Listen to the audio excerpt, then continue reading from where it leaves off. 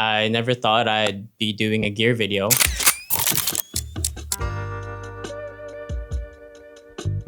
I'm not super technical and I definitely don't geek out over gear specs, but over the past few years, I've learned exactly what I needed to get the job done, especially when I'm shooting alone. My setup isn't crazy expensive or high-end cinema. I would say it's around mid-budget, but it's optimized for versatility and solo shooting. Most of the content I make feels like it's done by a team, but it's just me. And that's because I've built out a kit that lets me move fast, stay flexible, and still create pro-level work. So today, I'm going to walk you through everything I use to film my sports content heading into 2026. First up, this is the standard zoom lens by Tamron. It's a 28-75 f2.8 aperture. This is the lens you're seeing most of this footage on right now. It's kind of the workhorse zoom for run and gun and sports shooting. Constant f2.8 aperture for low light and shallow depth of field. Great autofocus and lightweight. Price is often around $800 to $1,000 USD. Way cheaper than Sony's 24-70 options while still very sharp and versatile. Compared to something like the big Sony 24-70mm G Master, this is lighter on the wallet and still gets amazing results. If you had to ask me, I honestly would just go with the Tamron if you're looking to save. If you have the budget, then go with the Sony, but I think I've used both and I honestly don't see that much of a difference. The only thing that I would say the G Master has over would be just the aesthetic of it and the feel of it. Next up, we have this telephoto zoom.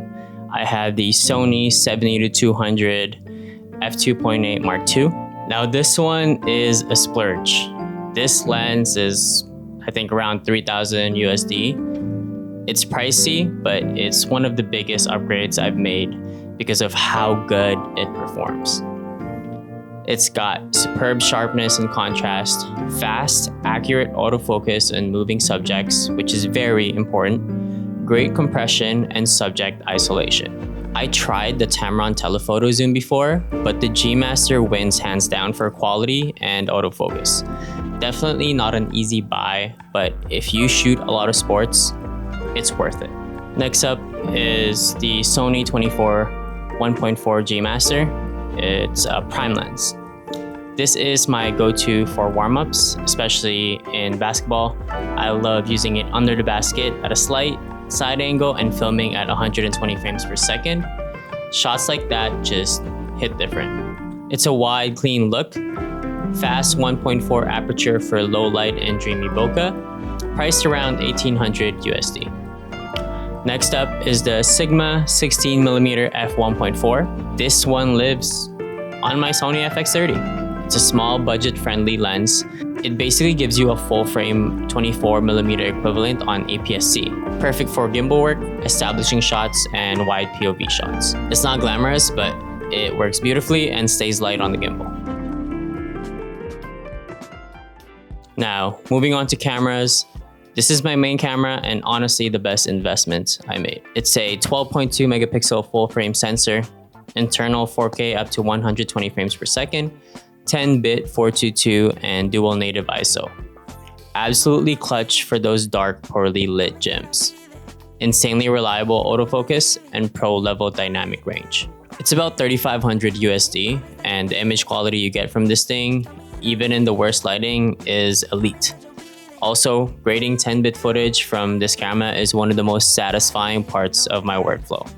I color grade all my footage with my black Mamba LUT, which I apply straight into Premiere Pro. It's linked in the description below if you're looking for fast, consistent results without overthinking it. It's been my go-to for years. My second camera is the FX30, basically a baby FX3 with an APS-C sensor. I usually throw this on a gimbal. It shoots 4K up to 120 frames per second, but cropped, 10-bit 422, and also has S-Log 3. Cinema camera body, but super compact, great bang for your buck, and it's around $1,800 USD. If you want cinematic footage without the full frame price tag, this is the perfect B cam. It's small, it's sharp, and it just works. Now we're gonna go through my accessories, the foundation of my rigs. First up, the Rhino cage. This keeps everything mounted and organized. Second, my external monitor. It's the Portkeys LH7P. It was sent to me, but I've used it a ton and it does the job. My shotgun mic, the Comica VM40. Also sent to me, and honestly, it surprised me. Clean wireless audio, super compact. I throw this on most of my handheld setups. Third, the mini follow focus from SmallRig. I get asked about this all the time in my POV shots. I use it to control my zoom on my zoom lenses. It just makes zooming in feel way more natural and smoother. No awkward wrist movements, and it honestly makes your rig look even more aesthetic, so it's both functional and a flex. Next, the SmallRig V-mount plate plus battery. Probably one of the most important upgrades I've made. I used to constantly swap out batteries mid-game and miss so many key moments. This lets me go all day with no stress. If you're shooting sports, just rip that band-aid off and get one, because honestly, once you get one, you won't go back. Next is ND filters. Absolute must for outdoor shoots. Without them, you'll either break your shutter rule or crank your aperture and lose that shallow depth of field. Even indoors, when you're shooting at 12-800 ISO, if you have the A7S III or the FX3 and it's overexposing, sometimes an ND is the cleanest way to control your look.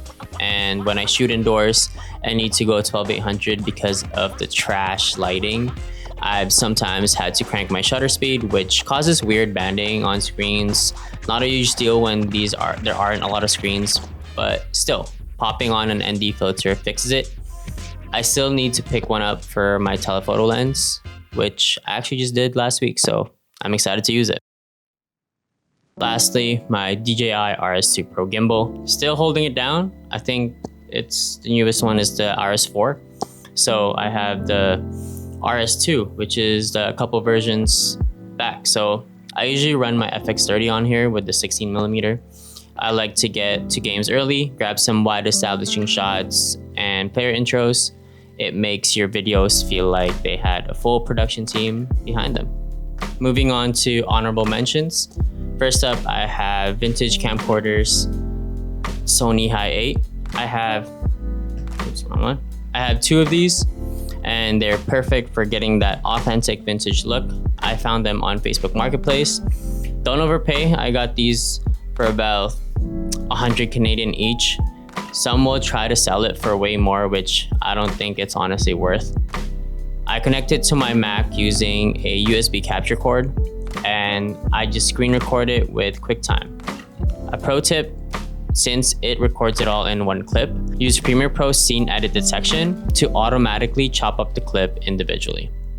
Next up is a Helios vintage lens, a manual lens with dreamy bokeh and light leaks. I've used it for hockey campaigns, and it gives everything a nostalgic, cinematic vibe. Next, the Samyang 12mm fisheye, a fun lens for stylized content. I used it recently on a BTS Media Day, and I'm definitely gonna bring it back for future projects. Next up are lens filters. My main used one is the Tiffin Black Pro Mist quarter strength. Probably my favorite. It gives your highlights that nice filmic bloom if you like that look. Next, the KF Concept Motion Blur Filter. This one was such a pleasant surprise. It only cost me about $50 Canadian, and I love the results. Honestly, compared to my collection of prism lens filters, which I have quite a lot of, I kind of wish I just got the KF Concept ones from the start. After using their motion blur filter and seeing the quality and build, there really isn't much of a difference. So yeah, that's the full breakdown of the gear I'm taking with me into 2026. I love this setup because I forgot one. Sorry. Another honorable mention, mini matte box. It really is just for aesthetics. It just makes your rig look really aesthetic and cool, in my opinion. But no, it blocks light. Honestly, I got it for aesthetics. That's all I'm gonna say about this one. Yeah, that's the full breakdown of the gear I'm taking with me into 2026.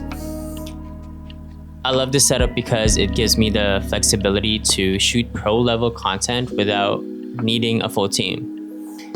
Now, don't get me wrong, I love working with a full team. I wish I could work with a full team all the time. it's always more fun and collaborative. But obviously, we can't have a full production team at every shoot. Having a solo setup like this means I can walk into a shoot, deliver something that looks like a whole team made it, and that's powerful. It allows me to build a portfolio of work that feels cinematic, professional, and scalable. Something I can show to teams and brands to prove what I'm really capable of. That's helped me land some really dope gigs and build trust with new clients. So I really hope this helped some of you, especially if you're just getting into the game or building your kit for the new year. And now, whenever someone asks what gear I use, I can just send them this video. Because I'm telling you, I've made 2-3 gear videos and people still ask me all the time. But I think doing a full long video would really help a lot of you guys, so I hope it does help you guys. But anyways, this is my first YouTube video of the year and that felt like chaos, but I think we'll get better as we go on. Hope you guys enjoyed and go film something you love today.